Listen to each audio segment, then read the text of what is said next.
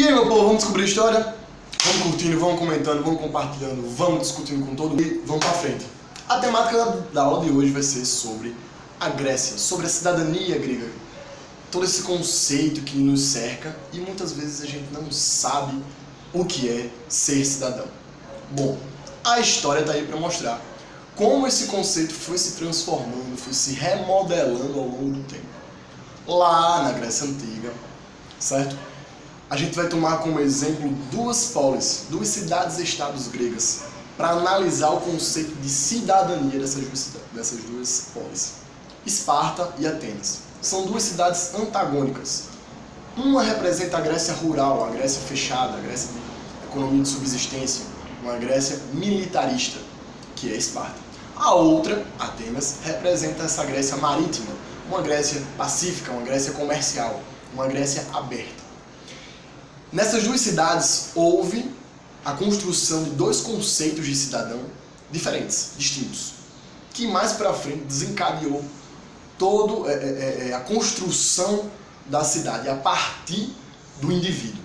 Bem, primeiramente em Esparta, a gente vê a consolidação de um regime político chamado diarquia. O que é diarquia, professor?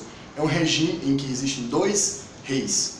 No caso de Esparta, um dos reis tomaria conta de funções militares e o outro rei tomaria conta de funções de questões religiosas.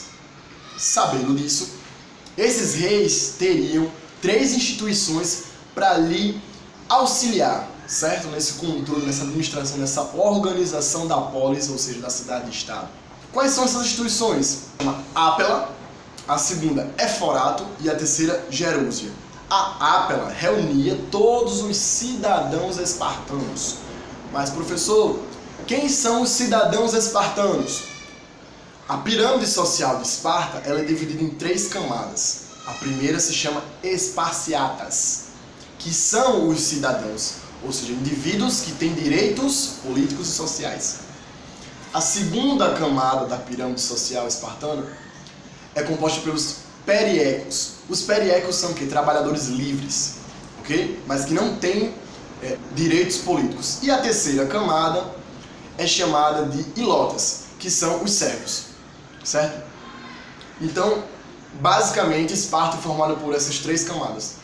Sabendo que a minoria, ou seja, o topo, os esparciatas, eles compõem essa massa cidadã de espartanos. Então, eles que vão para a Apela, eles que vão discutir, vão propor, conjecturar leis, certo? E também eles vão votar nos 5 membros que serão os integrantes da segunda instituição, que se chama Eforato.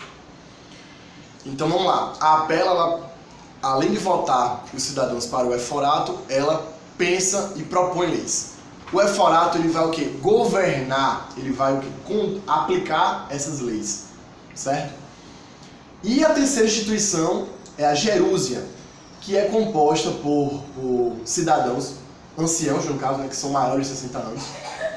E a Gerúsia ela tem a função de administrar a justiça, aplicar a justiça da polis, da cidade-estado de Esparta. A questão é, quem são os cidadãos espartanos? Homens. Homens. A cidadania é restrita ao sexo masculino, ok? Em Esparta existe uma educação militarista. A criança com 7 anos ela é retirada do seio da sua família.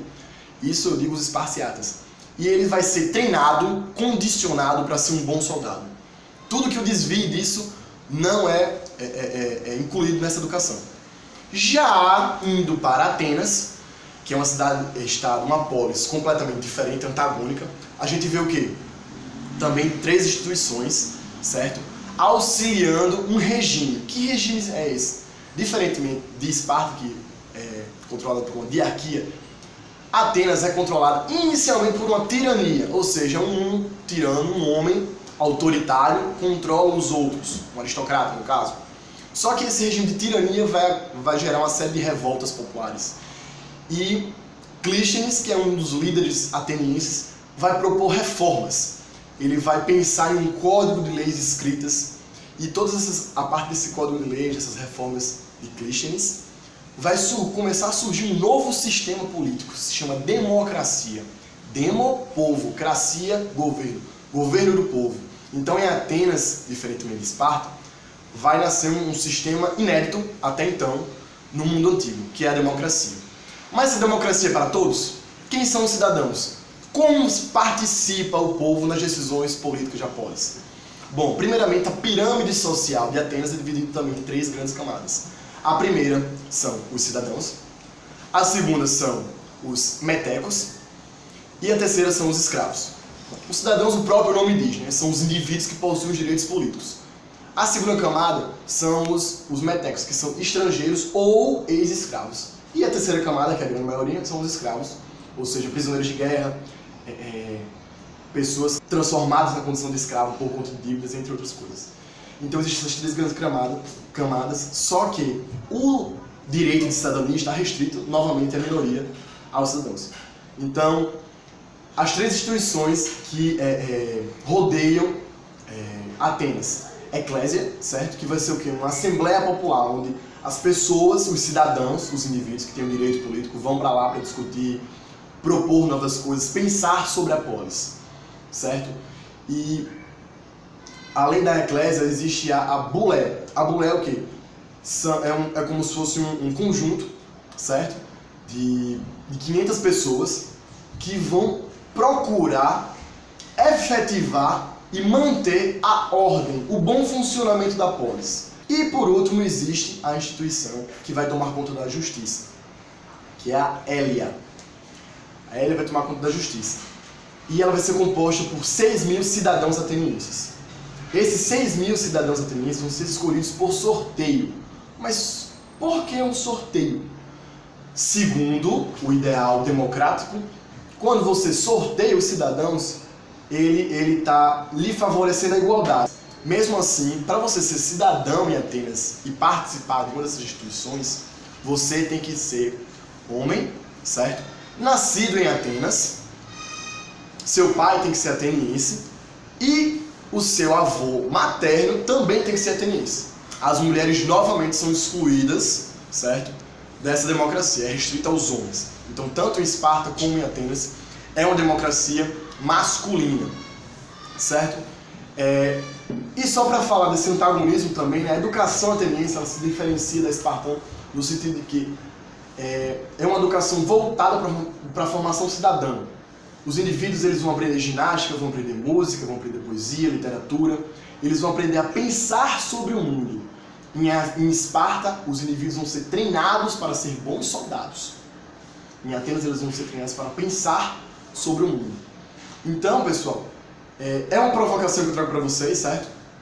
Esses 2 cenários de Grécia, essa Grécia espartana e essa Grécia ateniense, que são ideais de sistemas políticos que ao longo da história vão ser absorvidos, vão ser transformados, vão ser idealizados, vão ser pensados e vai gerar uma série de outros regimes políticos. Eu espero que vocês tenham gostado. Vamos curtir, vamos compartilhar, vamos comentar e vamos descobrir história.